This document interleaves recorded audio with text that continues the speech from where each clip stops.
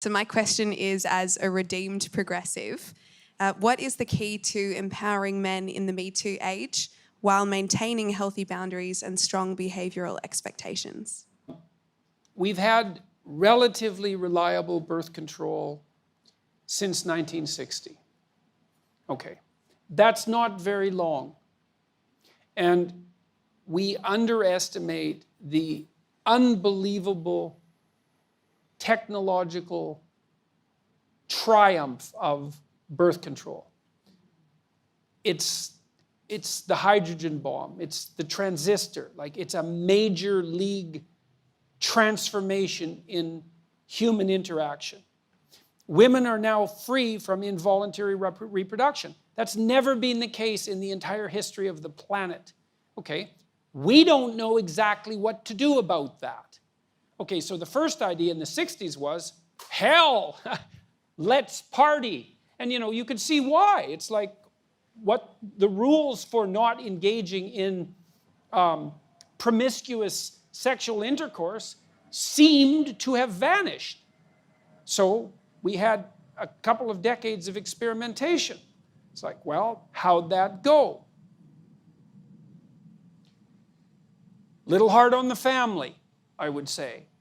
That's not so good for kids. AIDS, that wasn't a plus. Could have killed us all. And it mutated, particularly to take advantage of promiscuous sex, because viruses are very tricky things. So it turns out that sex is a little bit more complicated than we thought. Well, it actually turns out that it's a lot more complicated than we think. Okay, and now it's 50, 60 years later, and we're trying to sort this out. It's like, well, when is it okay to have sex? Exactly. And when is it not okay to have sex? And what does it mean that it's okay? And what does consent mean? And the answer to that is, well, we never used to have to think these things through, because the rule was don't have sex until you get married. That was the rule. Now that isn't the rule. Okay, so what's the rule? Well, we're not having a conversation about the rule. We're waiting till someone does something that seems like it might be untoward and then mobbing them and trying to extract the rule out that way. And it's not a very effective way of doing it. You want to decrease campus rape? That's easy. Get rid of alcohol. No one has that conversation. It's like I did my PhD work on alcohol. 50% of the people who are murdered are drunk. And 50% of the people who kill them are drunk. And almost all the date rape situations are consequences of excess intoxication.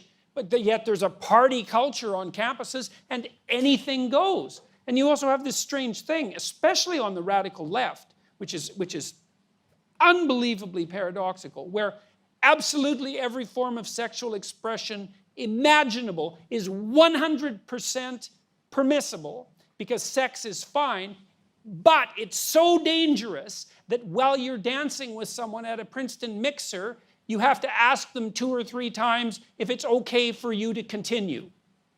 And that's actually the case, by the way. I'm not making that up. It's like, well, both of those things can't be true.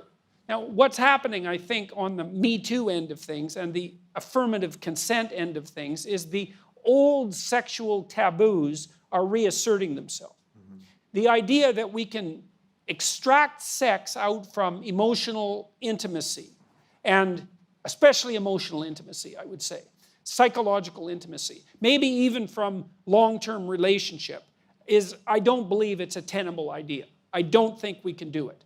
And a lot of what we're seeing is the backlash against that. It's like, well, I feel used.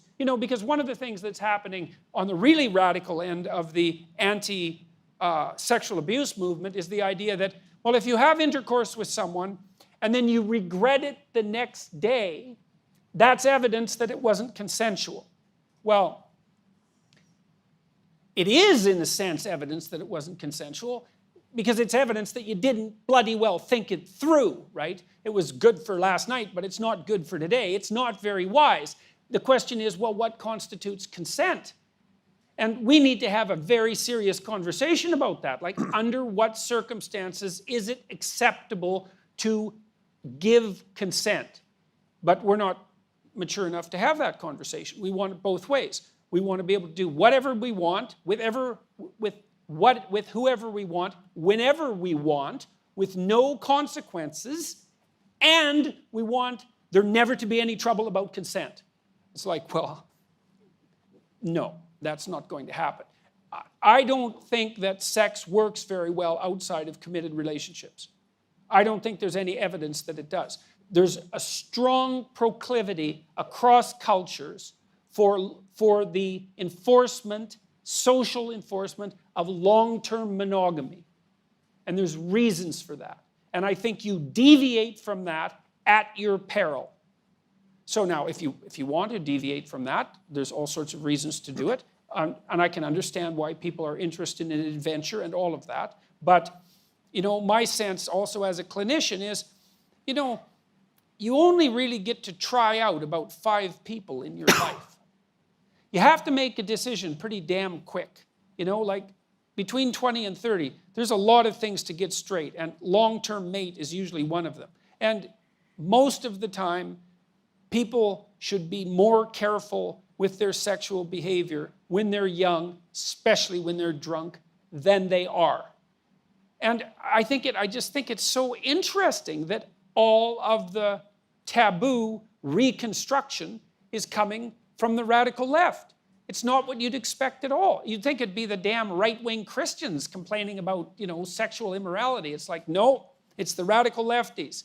You have to have signed consent before making any physical move. And then that's so what? Really? Who thought that up? That's the stupidest thing I've ever heard. You know how awkward that would be? You're supposed to be able to do a little bit of nonverbal reading, right? I mean, that's part of romance. You ever see a movie where the 2 people who are dating exchange consent notes? Like, that doesn't happen. So it's an unrealistic solution.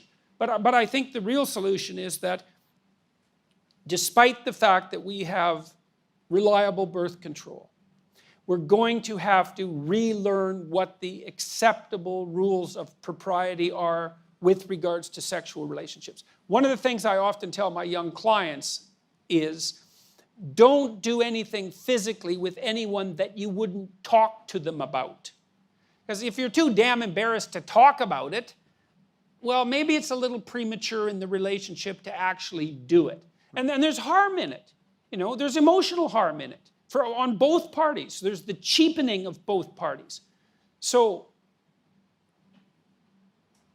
it's going to take us a long time to sort this out.